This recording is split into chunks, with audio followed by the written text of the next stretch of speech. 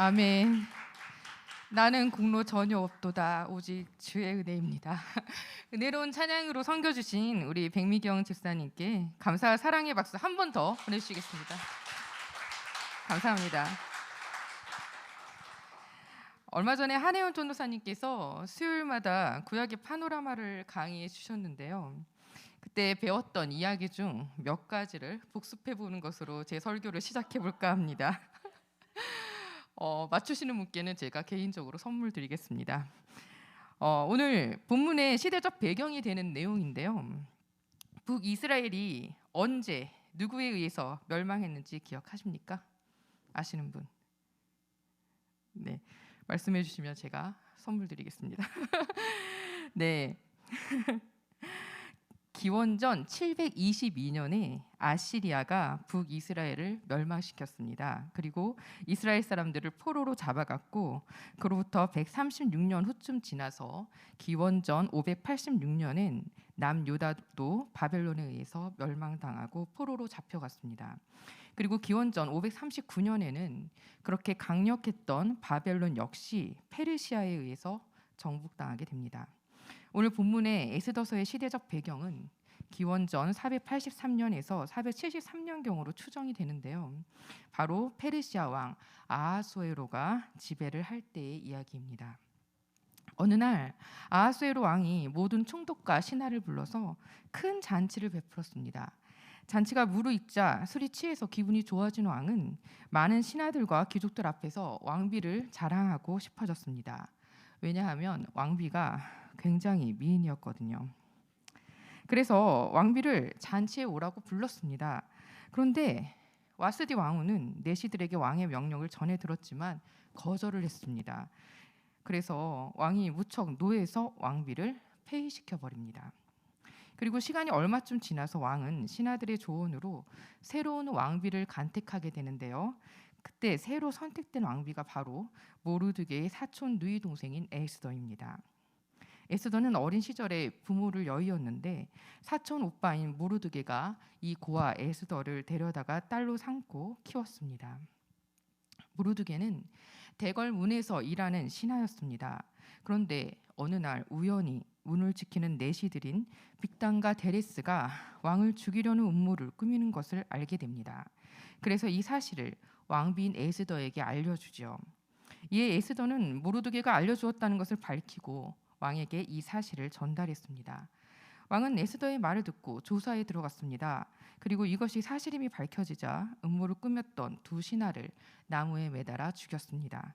이처럼 모르드게는 왕의 목숨을 구하는 공을 세웠고 이 일은 궁중실록에 기록이 되었습니다. 그런데 어찌된 일인지 왕이 이 일을 잊어버립니다. 그리고 큰 공을 세운 모르드게에게 아무런 상도 주지 않았습니다. 그리고 얼마 지나지 않아서 모르드게가 큰 위험에 처하게 됩니다. 그 당시 가장 권세가 많았던 왕의 신하인 하만의 미움을 받았기 때문입니다. 그런데 왜 모르드게가 하만의 미움을 받았을까요? 당시 하만은 왕의 총애를 받는 엄청난 권력의 소유자였습니다. 그래서 대궐 문에서 근무하는 신하들은 하만이 지나갈 때마다 모두 무릎을 꿇고 엎드려서 절을 했습니다. 그런데 모르드게 혼자 무릎을 꿇지도 않았고 절을 하지도 않았기 때문에 하만이 무척 화가 난 것입니다. 그런데 모르드게는 왜 하만에게 절을 하지 않았을까요? 그 이유에 대해서 학자들의 의견은 분분합니다. 우선 하만은 아각 사람이었습니다. 여러분, 아각을 기억하시나요? 아각은 사무엘에 의해서 죽임을 당한 아말렉 왕이었습니다. 그러니까 하만은 그 아각의 후손인 것입니다. 그래서 기본적으로 아각 사람인 하만과 유대 사람인 모르드게는 민족적, 정치적 적대 감정이 분명히 있었습니다. 또 이 당시 페르시아인들이 왕 앞에서 무릎을 꿇고 절을 하는 것은 신적 경외의 표시였다고 주장하는 학자들도 있습니다. 그래서 유일신 여호와 하나님을 경외하는 모르드게가 하만에게 무릎을 꿇지 않고 절하지도 않은 것이라고 해석하는 것입니다. 아무튼 어떤 이유 때문에 모르드게가 하만에게 절을 하지 않았는지에 대해서는 성경에서 직접적으로 언급하고 있지는 않지만 어쨌든 모르드게는 자신의 민족의 대적을 상징하는 하만에게 절을 하지 않았습니다. 그래서 다른 사람들이 너는 왜 하만에게 절을 하지 않느냐 하고 꾸짖어도 끝까지 절을 하지 않았습니다. 이러한 하만에 대한 모르드게의 행동은 영적으로 하나님의 백성과 사단의 세력 사이에 끊임없이 영적 투쟁이 치열하게 있는 것을 상징적으로 보여주기도 합니다. 그런데 하만은 무척 교활하고 교만한 사람이었습니다. 교만한 사람들일수록 자기를 인정해주지 않는 사람에 대해서 엄청나게 분노합니다. 증오합니다. 교만한 사람들은 자기를 추켜 세워주지 않는 사람들을 미워합니다. 그것을 못 참습니다. 그래서 하만은 모르드게를 죽이기로 작정을 했고 모르드게 하나만 죽이는 것으로 성이 안 차서 모르드게와 같은 민족인 유다 민족 전체를 다 몰살시키려고 작정을 했습니다. 그래서 사람들과 함께 유다 민족을 죽일 시기를 정하려고 주사위의 일종인 부루를 던져서 12째 달인 아달월 13일이라는 날짜를 얻었습니다. 그런 다음 왕을 찾아가서 유대 민족에 대한 험담을 합니다. 유다 민족이 자기들끼리만 모여 사는데 그들의 법은 다른 민족들의 법과는 다르고 왕의 법도 지키지 않아서 그들을 그냥 두는 것은 왕에게 유익하지 못하기 때문에 그들을 모두 죽이는 것이 좋으니 조서를 만들어 달라고 요청합니다. 하만의 말을 들은 왕은 하만에게 좋을 대로 하라면서 그렇게 할 수 있는 모든 권한을 주었고 이에 하만은 아달월 13일에 유다 사람들을 남녀노소 할 것 없이 모두 죽이고 진멸하고 그들의 재산을 뺏으라는 조서를 각 지방의 총독들과 각 민족의 귀족들에게 보냈습니다.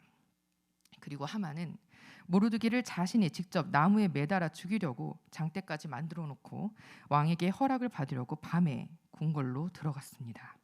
이렇게 하만은 자기를 높여주지 않는 모르드게를 미워해서 모르드게와 유대 민족을 말살시키려고 철저하게 계획을 세웠습니다. 이 부분을 묵상하면서 제가 생각한 것이 있습니다. 많은 사람들이 에스더서를 읽을 때 자기 자신은 모르드게나 에스더 같은 사람이라고 생각합니다. 저 역시 그랬습니다. 그런데 과연 그럴까요? 사실 우리 자신의 모습을 가만히 성찰해 보면 우리가 모르드게나 에스더가 아닌 하만일 때가 참 많습니다. 이 시간 우리가 하만은 아닌지 돌아보면 좋겠습니다. 혹시 하만처럼 교만해서 사람들에게 칭송받고 인사받고 대접받고 싶어 하지는 않았습니까?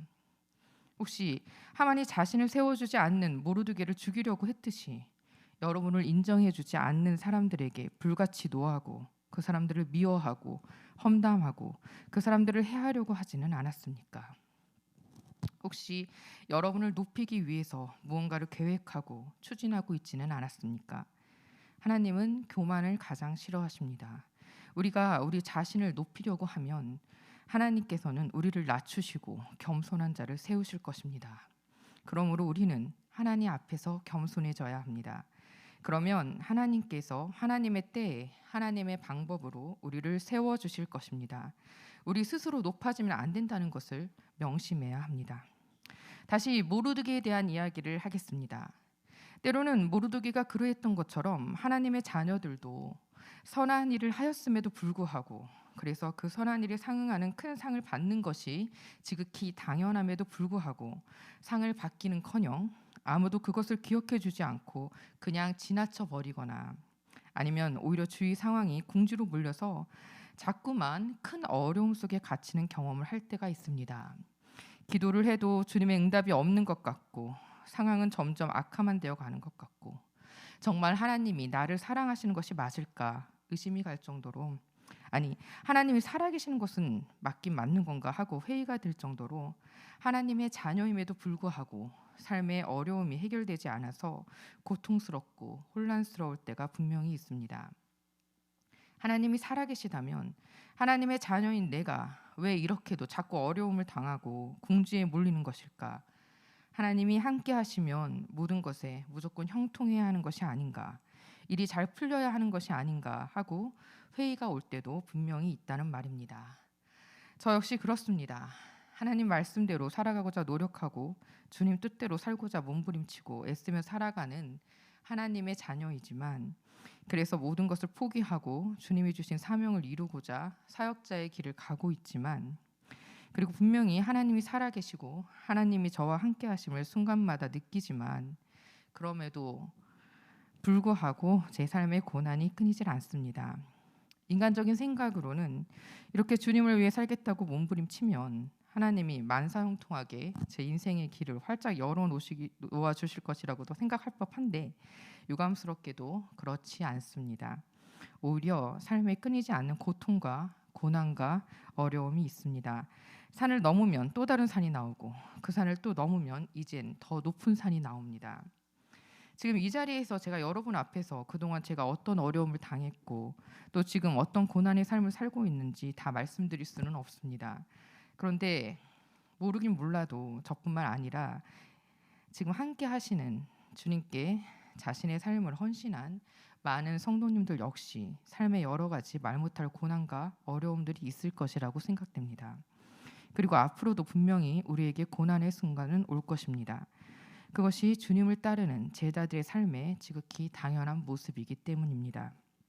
지난 주일 신상원 선교사님께서도 설교 시간에 언급을 하셨는데요. 하나님의 자녀들의 삶에는 고난이 있기 마련입니다. 왜냐하면 이 고난을 통해 우리는 하나님과 더 가까워지고 살아계신 하나님을 체험할 수 있기 때문에 하나님께서 우리의 삶에 고난과 역경을 허락하시는 것입니다. 그리고 우리의 원수인 사단도 우리를 가만히 두지 않습니다. 어떻게 해서든지 하나님의 자녀인 우리를 넘어뜨리려고 온갖 방법을 동원해서 우리를 공격합니다. 이처럼 답답하고 힘든 암흑기가 와서 마음이 혼란스럽고 억울하게 느껴질 때, 사방이 꽉 막혀 있고 여기저기서 피할 수 없는 어려움들이 몰려와서 나를 짓누르는 듯한 공경에 처하게 될 때, 우리는 하나님의 자녀, 하나님의 백성으로서 그 고난과 역경 가운데에서도 드러나는 하나님의 섭리에 대해 기억해야 할 것이 있습니다. 제가 개인적으로 유달리 고난이 많은 제 삶에 대해 고민하며 기도하던 중에 에스더서의 말씀을 통해서 얻은 교훈인데요. 오늘 여러분과 그 말씀의 은혜를 나누고 싶습니다. 역경 가운데 드러나는 기막힌 하나님의 섭리 첫 번째를 저는 먼저 본문 1절에서 3절까지의 말씀에서 찾았습니다. 함께 1절에서 3절을 다시 읽어보겠습니다. 그날 밤에 왕이 잠이 오지 아니하므로 명령하여 역대일기를 가져다가 자기 앞에서 읽히더니 그 속에 기록하기를 문을 지키던 왕의 두 내시 빅다나와 데레스가 아하수에로 왕을 암살하려는 음모를 모르드게가 고발하였다 하였는지라. 왕이 이르되 이 일에 대하여 무슨 종기와 간작을 모르드게에게 베풀었느냐 하니 측근 신하들이 대답하되 아무것도 베풀지 아니하였나이다 하니라. 하만이 모르드게가 마음에 들지 않고 너무너무 미워서 모르드게를 나무에 달아 죽이려고 장대를 만들고 왕에게 그것을 허락받기 위해 궁궐로 들어간 그날 밤, 바로 그날 밤에 이상하게도 왕은 잠이 오지 않았습니다. 잠이 오지 않았던 왕은 그래서 궁중실로 역대일기를 가져오라고 해서 읽었습니다. 그런데 마침 읽었던 부분이 모르드게가 공을 세운 그 내용이었습니다. 그제서야 왕이 기억이 나서 묻습니다. 그 공을 세운 모르드게에게 어떤 상을 주었느냐고 말입니다. 그러자 신하가 말합니다. 아무것도 베풀지 않았습니다. 이에 왕은 궁궐뜰에 누가 있느냐고 물었습니다. 그러자 공교롭게도 그 뜰 안에는 하만이 있었습니다. 왕은 하만에게 들어오라고 하는 묻습니다.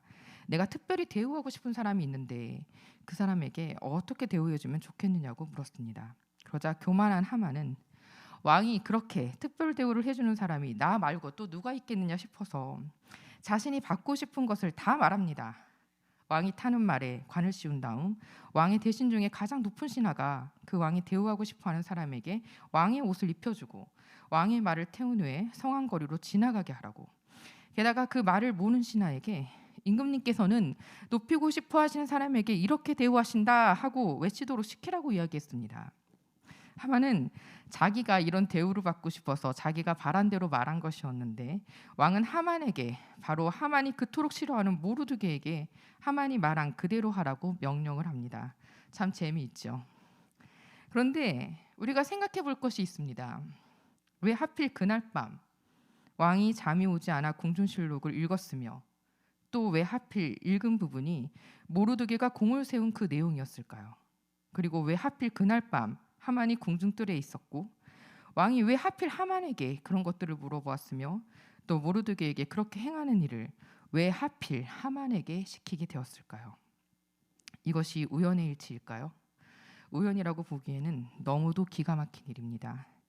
하나님께서 직접 개입하셔서 이루어진 일이라고밖에 생각할 수 없습니다. 역경 가운데 드러나는 하나님의 기막힌 섭리 첫 번째는 우리의 선을 하나님이 반드시 기억하시고 갚아주시는데 바로 하나님의 때에 그 모든 것을 하신다는 것입니다. 비록 모르드게가 공을 세우고 충성을 다한 그 당시에는 아무에게도 인정도 받지 못했고 상도 받지 않았고 그냥 지나갔지만, 그래서 사람은 기억해주지 않았지만 하나님께서는 잊지 않으셨습니다. 잊지 않으시고 기억하신 후에 가장 적합한, 정말 기가 막힐 정도로 필요한 그 적절한 시기에 응답을 하신 것입니다. 만약 모르드게가 공을 세운 그 즉시 상을 받았더라면 어떻게 되었을까요? 아마 그 순간 상을 받고 끝났을 것입니다. 그리고 지금 이 어려운 시기, 유대 민족 전체가 몰살당할 수도 있는 이 순간에는 어쩌면 아무런 도움도 받지 못하고 모르드게 역시 하만에 의해서 나무에 달려 죽어야 했을지도 모릅니다. 그런데 모든 미래를 다 아시는 하나님께서는 그 보상의 시기를 조금 늦춰주심으로 가장 적절한 시기에 모르드게의 생명을 구해주시고 모르드게 한 사람뿐만이 아니라 온 유대 민족을 구할 수 있도록 인도해 주신 것입니다. 그러므로 하나님의 자녀로서 선을 행한 후에 누가 알아주지 않을 때 아무런 보상도 받지 못하고 오히려 억울하게 당하기만 한다고 느껴질 때도 낙심할 필요가 없습니다. 사람이 기억하지 않아도 하나님이 기억하시고 또 가장 적절한 시기에 가장 좋은 것으로 갚아주시기 때문입니다. 하나님의 때가 있습니다. 그 하나님의 때가 가장 최고로 나에게 유리하고 최선의 때임을 믿으시기 바랍니다. 하나님은 우리의 삶에 그렇게 철저히 개입하셔서 역사하십니다. 모든 것이 합력하여 선을 이루도록, 아주 최선의 선을 이루도록 말입니다. 지금 비록 우리가 원하는 대로 안 되는 것 같이 여겨져도 우리의 생각은 짧습니다. 그런데 하나님은 모든 미래를 아시기 때문에 우리의 생각을 뛰어넘어 가장 좋은 시기에 우리에게 길을 열어주시고 가장 좋은 것을 주십니다. 그러므로 그 하나님의 인도하심을 믿으며 기다릴 줄 알아야 합니다. 선을 행하되 낙심하지 아니하면, 우리가 지치지 아니하면 열매를 주시고 상을 주십니다. 그러므로 최선의 때에 최선의 것을 주시는 하나님을 기억하고 의지하고 기다리는 믿음을 가져야 합니다. 특히 저는 여러분들에게 작은 일에도 충성하라고, 아무도 알아주는 사람이 없더라도 하나님께서 여러분에게 맡기신 모든 일, 사소한 것에라도 충성을 다하시라고 권면해 드리고 싶습니다. 사람들은 여러분이 하는 것을 몰라도, 인정해 주지 않고 칭찬해 주지 않아도 하나님은 다 보고 계시고 알고 계시고 여러분의 중심을 보시며 때가 되었을 때 칭찬해 주시고 상급을 주실 것입니다. 그리고 작은 것에 충성한 사람에게는 큰 것도 맡기십니다.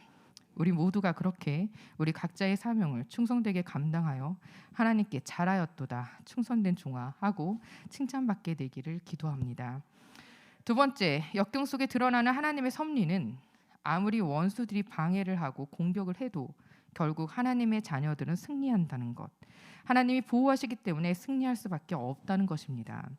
하만은 그 당시 최고의 권력을 가진 왕의 신하였습니다.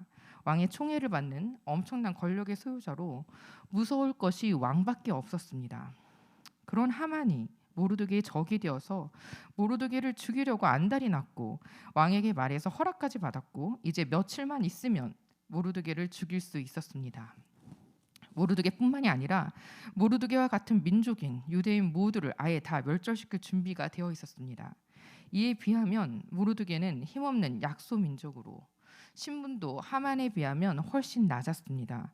믿는 건 오직 하나님의 도우심 뿐이었습니다. 그런데 결과는 어떻게 되었습니까? 하나님의 철저한 간섭하심으로 모르드게가 승리하였습니다. 여러분이 잘 아시는 대로 모르드게가 에스더에게 말했습니다. 유다민족 전체가 지금 죽음의 위기에 처해 있는데 왕비라고 해서 혼자만 살아남으려는 생각을 하지 말라고 했습니다. 왕비가 잠잠히 있으면 유다 민족은 다른 곳을 통해서라도 구원을 받겠지만 정작 왕비와 그 집안은 망하게 될 것이라고 말했습니다. 그리고 에스더가 왕비가 된 것은 이때를 위한 것이 아니겠느냐고 말했습니다. 이에 에스더는 자기 민족을 위해 목숨을 거는 위대한 결정을 합니다. 당시 법으론 왕이 부르지 않았는데 안뜰로 들어가서 왕을 찾으면 왕이 그물을 내밀지 않는 한 누구나 할 것 없이 사형에 처해졌기 때문입니다. 그런데 왕이 에스더를 부르지 않은 지도 벌써 30일이 넘었기 때문에 에스더가 왕이 부르지 않았는데도 불구하고 왕을 찾아간다는 것은 매우 위험한 일이었습니다. 그러나 에스더는 민족을 살려야 한다는 거룩한 사명감으로 죽으면 죽으리라는 각오를 하고 금식 기도를 한 후에 목숨 걸고 왕을 찾아갔습니다. 에스더가 이렇게 목숨을 걸고 하나님께 금식하고 기도하자 어떻게 되었습니까? 하나님이 역사하셨습니다. 왕의 마음을 주장해 주신 것이지요. 에스더가 찾아가자 왕의 눈에 왕비가 너무 사랑스럽게 보였던 것입니다. 저는 이 말씀을 볼 때마다 사람들에게 사랑을 받고 예쁘게 보이는 것도 하나님의 은혜일 수 있다는 것을 깨닫습니다. 물론 원래 미모가 워낙 뛰어나서 누가 봐도 첫눈에 반하고 아름다워 보이는 사람들도 있겠지요.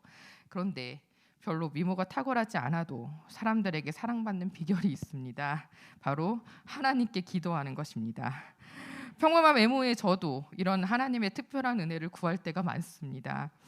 누군가를 만날 때나 중요한 모임이 있을 때, 중요한 면접이 있을 때 하나님께서 그 대면하는 사람의 마음을 만져주셔서 제가 아름답고 사랑스럽게 보이게 해달라고 은총과 존귀의 여김을 받게 해달라고 하나님께 기도합니다.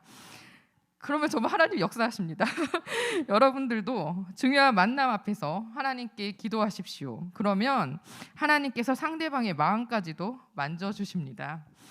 하나님 앞에 간절히 기도하고 왕을 찾아가자 왕은 에스더를 보자마자 다시 사랑에 빠졌습니다. 왕비 에스더를 매우 사랑스럽게 느끼고는 손에 있던 그물을 내밀었습니다. 그리고 너무너무 사랑스러워서 왕이 에스더에게 말합니다. 웬일이요 에스더, 무슨 원하는 것이라도 있어. 당신에게라면 나라의 절반이라도 떼어주겠소 라고 이야기했습니다. 너무나 에스더가 사랑스러워서 무엇이라도 원하면 주겠다고 아직 에스더는 말도 꺼내지도 않았는데 왕이 에스더에게 사랑을 표현했습니다. 하나님께서 왕의 마음을 만져주셔서 가장 위험한 순간에 왕이 이토록 에스더를 사랑스럽게 여길 수 있도록 해주신 것입니다. 이것은 분명 하나님의 철저하신 간섭하심과 도우심이었습니다.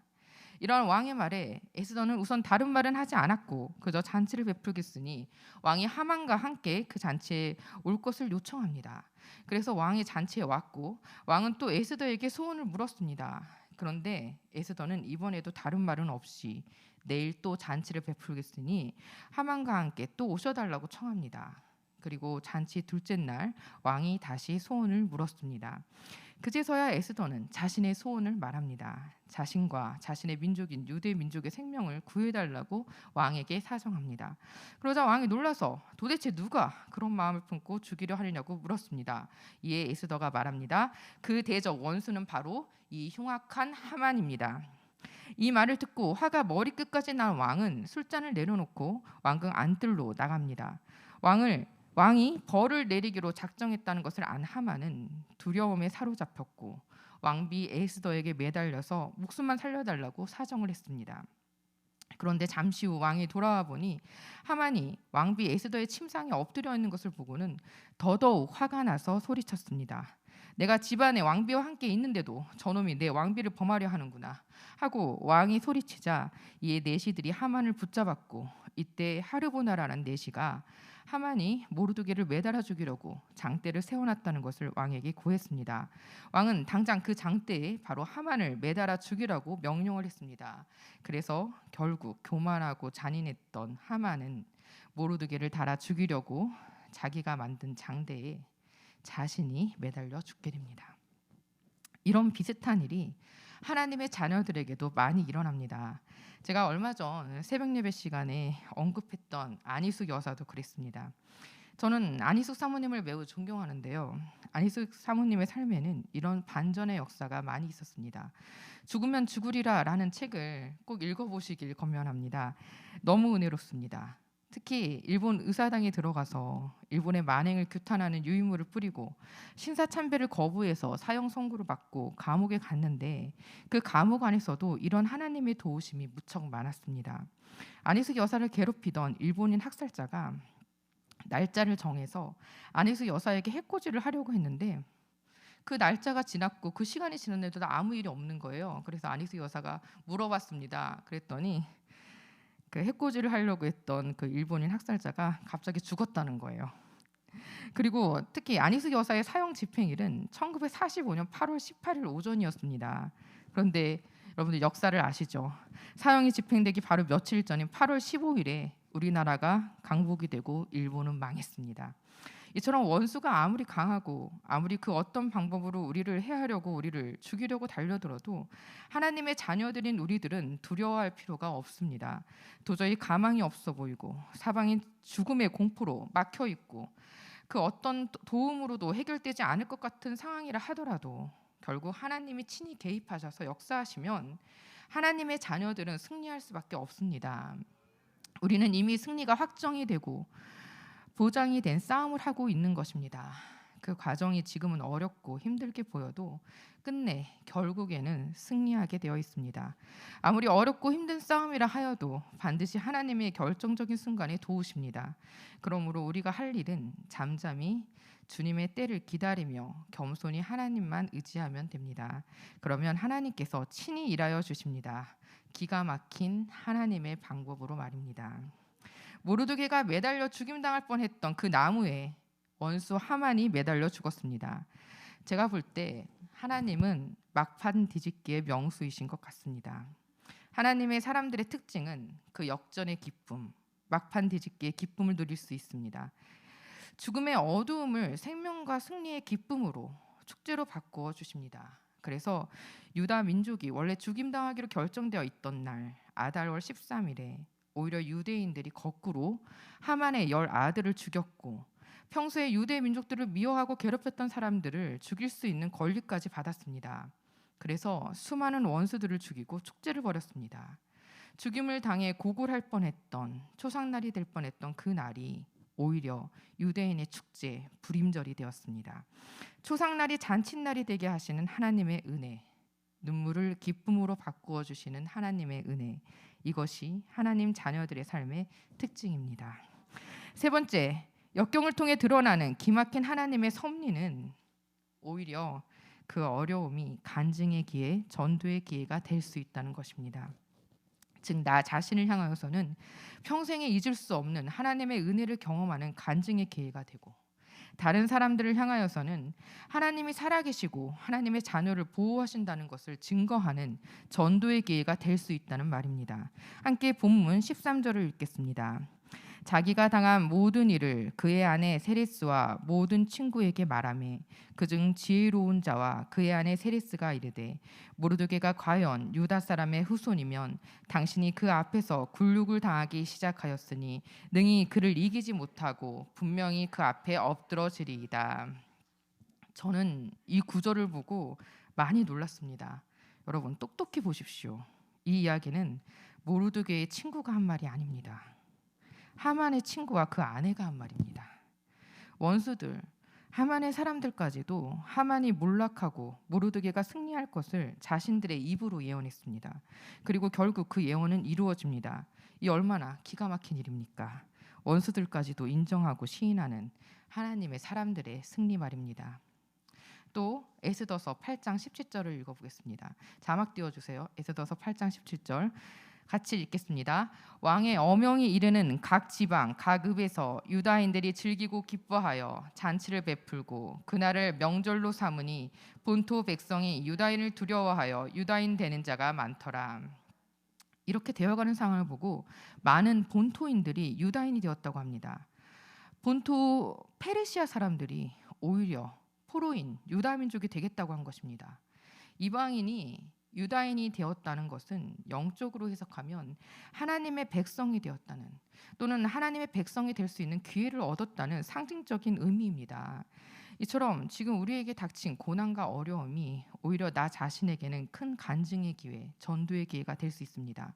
특별히 그 고난의 강도가 세면 셀수록 하나님의 능력이 더욱 돋보이기 때문에 더더욱 능력 있는 전도의 기회가 되는 것 같습니다.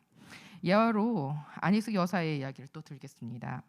안익숙 여사는 신사참배를 거부했다는 이유로 억울하게 감옥 생활을 했는데요. 6년간의 감옥 생활 중에서도 하나님은 안익숙 여사와 함께 하셔서 감옥 안에서도 많은 기적을 베풀어 주셨습니다. 그래서 감옥 안에 있는 많은 죄수들, 귀신 들린 사람들을 전도하게 됩니다.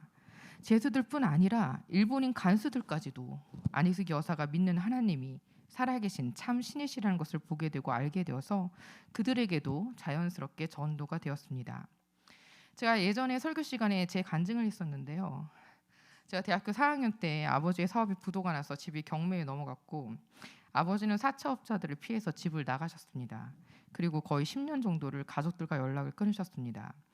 그래서 저희 어머니와 저와 3명의 동생들은 뿔뿔이 흩어졌고 아무것도 없이 세상에 던져져서 참 힘들게 살았습니다. 당장 거주할 집이 없어서 저와 제 쌍둥이 동생은 당시 지구촌교회 대학부 전도사님 집에서 방을 하나 내주셔서 거기서 잠깐 살았었고 나중엔 청년부 지체가 자기 집을 오픈해 주어서 살기도 했었습니다. 참 오랫동안 온 가족이 정말 고난 속에서 살았는데요. 그때 저를 지탱해 주었던 것은 하나님의 말씀과 공동체의 사랑이었습니다.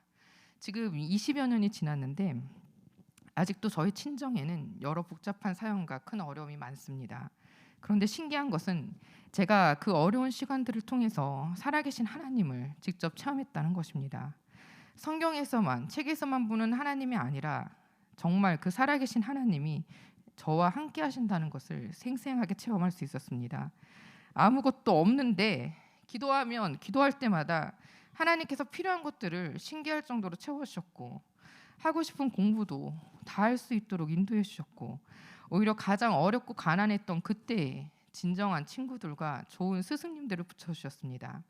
그래서 그때 만났던 친구들과 스승님들은 그저 피상적인 관계가 아니라 매우 돈독한 관계들이 되었습니다. 그리고 저의 이런 과정들을 많은 사람들이 지켜봤는데요. 이런 모든 과정들을 다 지켜본 사람들이 고백합니다. 너의 삶을 보면 하나님이 정말 살아계시다는 것이 느껴진다고요. 이처럼 고된 역경이 오히려 믿는 자들에게는 결국 간증이 되고 전도의 기회가 됩니다. 이제 말씀을 정리하고자 합니다. 믿는 자들에게 항상 형통함만 있는 것은 아닙니다. 애매한 고난, 억울함이 있을 수도 있습니다. 또 주님의 제자로서 살다 보면 자연스럽게 오는 어려움들이 많을 수밖에 없습니다. 게다가 우리의 원수인 사단이 우리를 어떻게 해서든지 넘어뜨리려고 공격해 옵니다. 너무너무 힘들고 이젠 정말 끝이구나 할 정도로 죽음에 물린 것 같은 고난 가운데 처하게 될 때도 있습니다. 그러나 그때 성경을 통해 약속하시는 하나님의 말씀을 붙잡으시고 그 고난 가운데 드러나는 하나님의 은혜의 섭리를 기억하시길 바랍니다.